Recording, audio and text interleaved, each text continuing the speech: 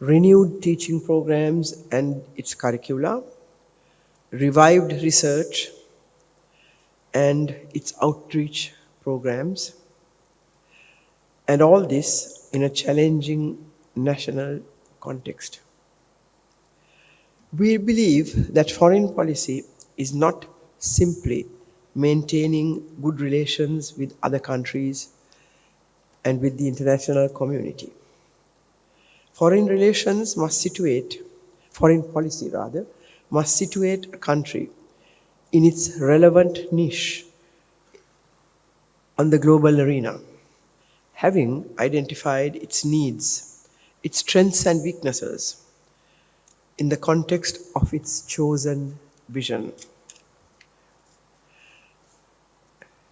Talking about our vision, let us never forget that our most precious asset is our strategic location in the Indian Ocean.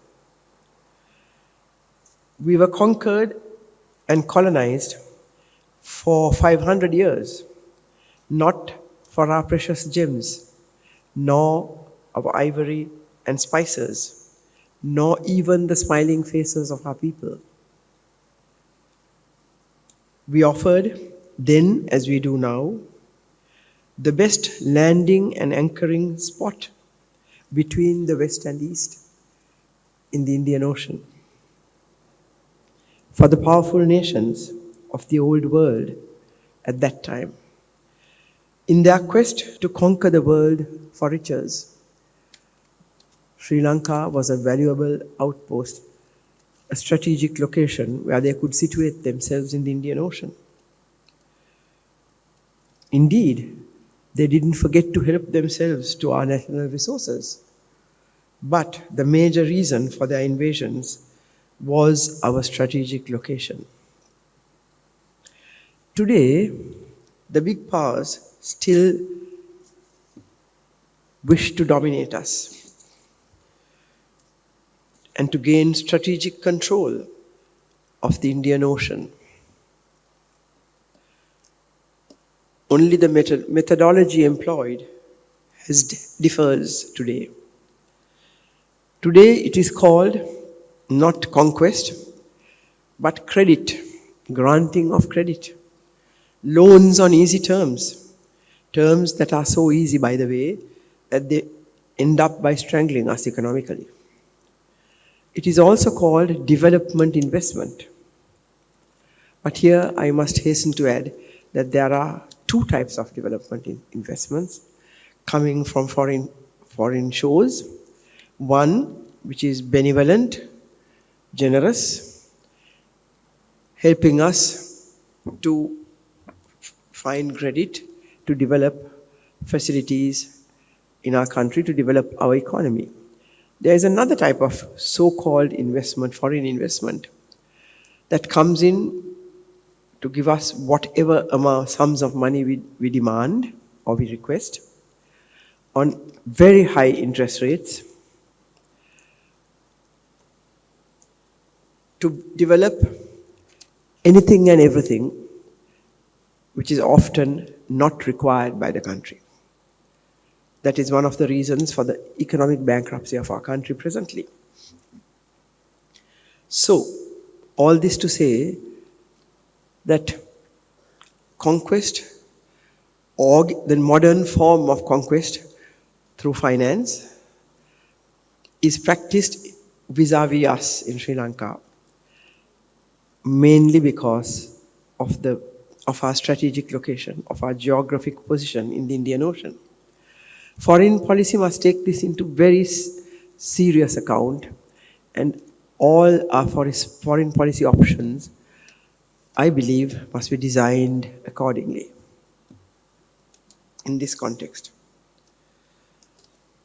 Our foreign policy must be rooted in an understanding of these factors. We must be formulated in such a manner that it promotes our role as a dynamic, responsible player on the global stage, while promoting our national interests, economic, social, and while protecting our cultural heritage.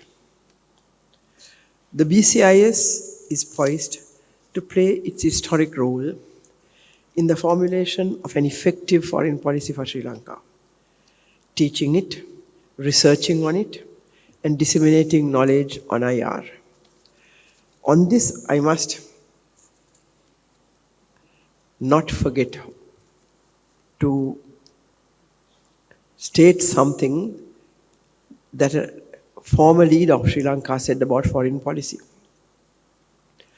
When his foreign policy was criticized on various grounds, he's supposed to have stated, foreign policy kandadaise, can we eat foreign policy? He had said. Our young people here today and everyone else in this country must know that foreign policy is essential, crucial to the forward march, to the progress of Sri Lanka. Without the international community, without friends in foreign lands, a small and a poor nation, especially as we are today, cannot move very far forward. This is the importance of foreign policy. This is the importance of international relations. This is why we should learn about international relations seriously. Whatever field you may want to take up later. It may be diplomacy, it may be jobs, employment in the international organizations, it may be any employment, any responsibility, nationally or internationally. But the world is organized such today, in a globalized world, we all have to talk about each other, think about each other, and plan for each other. So, having said this, I shall end my brief expose of thoughts. I wish to congratulate and wish success to all of you who have received your diplomas, certificates, and so on today for the past 2 years.